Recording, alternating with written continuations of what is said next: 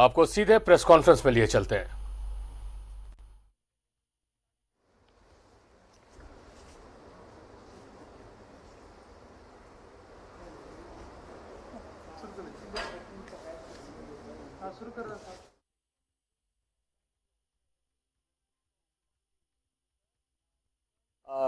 Press conference कुछ frequency पे होती रहती है और बहुत सारे डाटा ऑलरेडी पोर्टल पे हेल्थ डिपार्टमेंट ने डाल रखे हैं, तो इसमें बहुत कहने के लिए कुछ ज़्यादा नहीं है। एक इशू है जो माइग्रेंट लेबर मूव कर रहे हैं, उससे संबंधित जितने रिक्वेस्ट हम लोग के पास आते हैं वो हम लोग प्रोसेस करते हैं। मैकेनिज़्म शायद आप लोगों को पता होगी कि जो ट्रेन के रिक्वेस्ट आते हैं दूसरे स्टेट से, उसकी एनओसी रवि देते हैं नोडल ऑफिसर से बात करके। बाकी जो रोड मूवमेंट्स होता है बस का, उस पे कंसेंट संबंधित डीसी देते हैं। और जो 4 व्हीलर से पर्सनल विजिट में लोग आते हैं, उसमें जो स्टेट्स के पास होते हैं वो वैलिड होते हैं, तो उसमें बॉर्डर पे घुसने पे नामली खाली क्वारंटाइन का मुहर लग जाता है। तो ये इसी प्रोसेस से अब तक करीब 60,000 से कुछ ज़्यादा लोग राज्य में आ चुके हैं विभिन्न माध्यमों से, और काफ़ी स्मूथ मूवमेंट्स हो रहे हैं। और बाकी इसी गति से हम लोग और आगे प्रयास करके जितना ज़्यादा से ज़्यादा लोग आने की इच्छुक हैं उनको बाई ट्रेन लाने को हम लोग इनकरेज कर रहे हैं। अभी कुछ सामान्य ट्रेन एक्टिविटी भी शुरू हुई है, जो नॉर्मल पैसेंजर्स आ रहे हैं उसमें भी थोड़ा सा स्टेट गवर्नमेंट को रोप इन करना पड़ रहा है कोविड के नाते। तो बाकी और कोई इशू हमको लगता है कि ज़्यादा अभी तो नहीं है। बाकी जितने प्रोटोकॉल थे हम लोगों ने सारे इशू कर दिए हैं, और वो पब्लिक डोमेन में भी काफ़ी चले जाते हैं। टेस्टिंग एक्ट के बारे में नितिन बताते रहते हैं, अगर कोई स्पेसिफिक क्वेश्चन होगा तो बता देंगे, और कोई स्पेसिफिक क्वेश्चन होगा तो रबी मूवमेंट के बारे में बता देंगे। और डिसास्टर से रिलेटेड स्पेसिफिक कोई क्वेश्चन होगा, रूल्स किसी सर्कुलर, तो अमिताभ उस पर बता देंगे। नितिन आप बता दो कुछ। पहले बोल लो हाँ।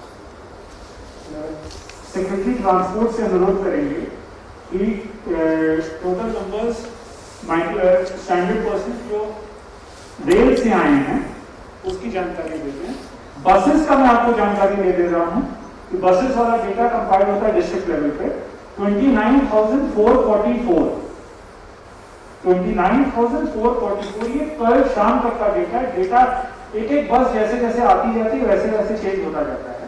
तो ये डेटा आज की तारीख में वैलिड नहीं रहेगा, कल शाम का डेटा है। तो लास्ट रिकॉर्डेड फिगर ये 29,444। Transport secretary please with regard to trains number of persons are. आज तक 44 ट्रेन्स आ चुका है। माइक ऑन कर लो। हाँ, आज तक 44 ट्रेन्स आ चुका है। आज एक कल शाम तक आने वाला, उसका इनपुट करके 44 है।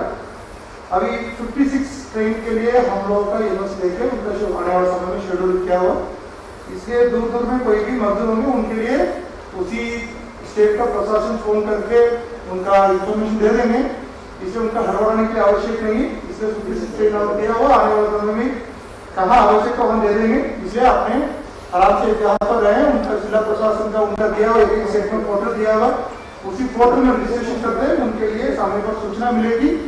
इसलिए सभी ट्रेन फुल में आ रही है, जैसे कार्य करने आने की नहीं। 56 ट्रेन आउट शेड्यूल है, इससे उनको कोई दिक्कत नहीं होगी आने वाले समय के लिए। अभी 44 ट्रेन आ चुका है, उसमें 42 ट्रेन का मेरे पास आंकड़ा है। 2 डार्लिंग्स का ट्रेन का अभी दिसंबर में हो गई, तो अभी ट्रेन है। अभी 50,028 पर्सन है, तो श्रमिक स्पेशल ट्रेन से अभी तक पहुंचा जाता है। 50,028 श्रमिक स्पेशल ट्रेन में अभी झारखंड है। अभी इसमें 2 ट्रेन टारनी जो इंपोर्टेड नहीं है, आज का अरेबल का है, वो अभी अरेबल हो रही है। इससे सामने वो दोनों आंकड़ा 1 लाख लोग प्रवेश कर चुके हो चुका है। उसके बाद आपका राजधानी करके एक स्पेशल ट्रेन अभी शुरू हुई थी, उसका माध्यम से अब अरेबल 1091 अरेबल हो चुका है। डिपार्चर 312 इसमें रांची का शाम का डिपार्चर वो इंपोर्टेड नहीं है, कारण अभी इंपोर्टेड डिपार्चर के बाद क्लियर होगा। ये स्पेशल ट्रेन बोला जाता है, और राजधानी एक्सप्रेस करके भी स्पेशल ट्रेन वाला अपने बुक कर जाता है। उसमें अभी तक अरेबल 1091 है, डिपार्चर 312 है। इसमें अभी वाला ट्रेन का आज शाम का ट्रेन वाला का इंपोर्टेड नहीं। फिर उसके बाद एक स्पेशल ट्रेन श्रमिक स्पेशल यहाँ से निकली थी, रांची से राजस्थान से जयपुर के आज निकली थी। उसमें 534 पैसेंजर से यहाँ से रांची से वो गया था जयपुर। वो जा रहा राजस्थान का सभी जहाँ का है जयपुर तक अभी जा रहा है, निकल के 4:30 बजे वो ट्रेन निकल गया उसका। उसके बाद आपका ई पास के संबंध में अभी तक एप्लीकेशन है 1,04,403 एप्लीकेशन आया, उसमें 95.71 एप्लीकेशन डिस्पोज हो गया। इधर एप्लीकेशन अप्रूव हो नहीं रिजेक्ट हो, केवल लगभग 4% है वो अभी ऑनगोइंग एप्लीकेशन उनका डिस्पोज करते जा रहा है। मोटामोटी हम लोग को 1 दिन का अंतर्गत सबका डिस्पोज हो जाती है, ओवरनाइट भी नहीं रहती है।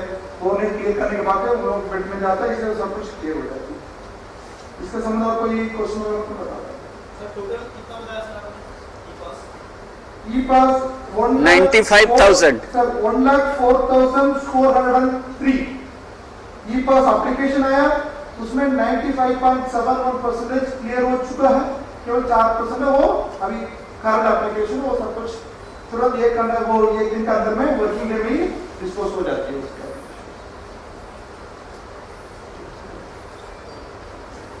Thank you secretary transport. 11 मई को स्टेट एग्जीक्यूटिव कमेटी की मीटिंग हुई थी। कुछ जब आप लोग के पास हम लोग फंड्स डिसबर्समेंट के बारे में जानकारी देते हैं, वो स्टेट एग्जीक्यूटिव कमेटी के अप्रूवल के पश्चात फंड्स दिए जाते हैं। तो लास्ट आपके पास जानकारी थी, उसके बाद उसको अपडेट कर दे रहे हैं। 6,70,00,000 रुपए डिफरेंट डिस्ट्रिक्ट्स को, अगर डिस्ट्रिक्ट के नाम चाहेंगे तो रांची, बोकारो, देवघर, गढ़वा, दुमका, पलामू, गोड्डा, लोहरदगा, लातेहार, जामताड़ा, जमशेदपुर होती है। इसमें अलग अलग रिक्वायरमेंट्स थे। टोटल हम लोग 6,70,00,000 रुपए दे रहे हैं। ये पर्पस है वहां पर मिनिस्ट्री ऑफ होम अफेयर्स की जो गाइडलाइंस है with regard to hospital related expenditure या गवर्नमेंट क्वारंटाइन रिलेटेड एक्सपेंडिचर, ये उसके लिए। सेकंड, सभी डिस्ट्रिक्ट्स को हम लोग कुछ पैसा दे रहे हैं, 9 करोड़ रुपए टोटल होता है ये। इसके तहत जो माइग्रेंट लेबरर्स बाहर से आ रहे हैं और होम क्वारंटाइन में जा रहे हैं, उनको एक ड्राई राशन का फूड पैकेट उपलब्ध कराने के लिए, जिसमें चावल 10 केजी, अरहर दाल 1 केजी, चना दाल 1 केजी, सरसों का तेल 1 लीटर और 1 केजी नमक, इसका ड्राई राशन का फूड पैकेट है, वो जिला प्रशासन के द्वारा उपलब्ध कराया जाएगा। इसके लिए 9 करोड़ रुपए का हम लोग ने स्वीकृति स्टेट एग्जीक्यूटिव कमेटी से दी है। तीसरा, जो डिस्ट्रिक्ट में होमलेस और माइग्रेंट वर्कर्स हैं, डिस्ट्रिक्ट के अंदर वाले, ये बाहर वाले नहीं है, उनको जो आपको जानकारी है, हमने पूर्व में भी बताया था, सभी डिस्ट्रिक्ट को 20-20 लाख रुपए दिए गए थे। तो 5 डिस्ट्रिक्ट से पुराने 20 लाख रुपए का एक्सपेंडिचर डिटेल्स आ गए, तो उनको 20-20 लाख रुपए और दे रहे, तो ये 1 करोड़ रुपए हुए। इसमें डिस्ट्रिक्ट से रांची, गढ़वा, खूंटी, जमशेदपुर, बोकारो। ये निर्णय लिया गया था कि जैसे जैसे कम से कम 50% राशि का एक्सपेंडिचर डिटेल्स वो दे देते हैं, हम लोग फर्दर पैसा उपलब्ध करा दें। तो फाइनेंशियल ये 3 निर्णय थे। ये 11 मई को स्टेट एग्जीक्यूटिव कमेटी की मीटिंग में लिए गए। अब इसके आलोक में अलॉटमेंट्स, जो सैंक्शन ऑर्डर अलॉटमेंट्स की कार्रवाई शुरू हुई है, 3-4 दिन के अंदर ये कंप्लीट।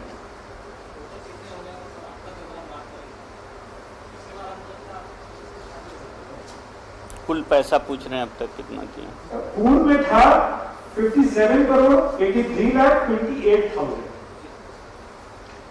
ये जो नए डिसीजंस हैं इसमें 6 करोड़ 70 लाख प्लस 9 करोड़ प्लस 1 करोड़, तो ये 16 करोड़ 70 लाख एडिशनल।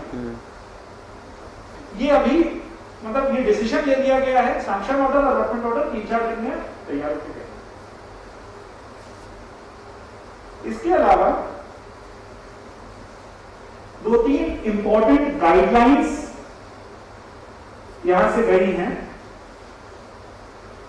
एक गाइडलाइंस नहीं है कंटेनमेंट जोन के बारे में, कि कंटेनमेंट जोन्स का आइडेंटिफिकेशन कैसे किया जाना है, उसमें उसकी जो ज्योग्राफी है उसका आदेश डिजास्टर मैनेजमेंट एक्ट की किस धारा के तहत डिस्ट्रिक्ट मजिस्ट्रेट के द्वारा किया जाएगा।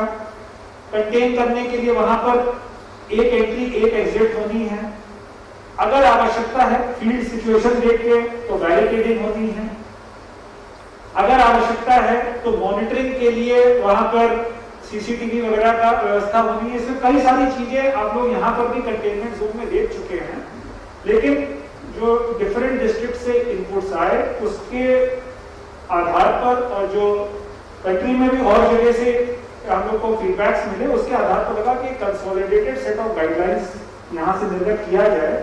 कंटेनमेंट जोन में जितने भी घर होंगे वो सारे के सारे सब लोग होम क्वारंटाइन में रहेंगे, तो वो होम क्वारंटाइन उसकी एक घर की लिस्ट डिस्ट्रिक्ट मजिस्ट्रेट को संधारित करनी है कि वो कंटेनमेंट जोन में कौन कौन घर है, उस घर के मुखिया का नाम, वहां पे कौन मेंबर्स हैं, वो सारे उतने डिटेल्स तक जाना होता है।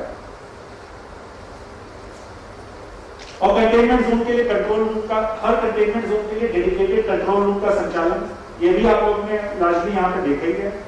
तो ये कंटेनमेंट जोन के लिए गाइडलाइंस होगी। अब उसके बाद दूसरा इश्यू है सोशल पुलिसिंग के संबंध में।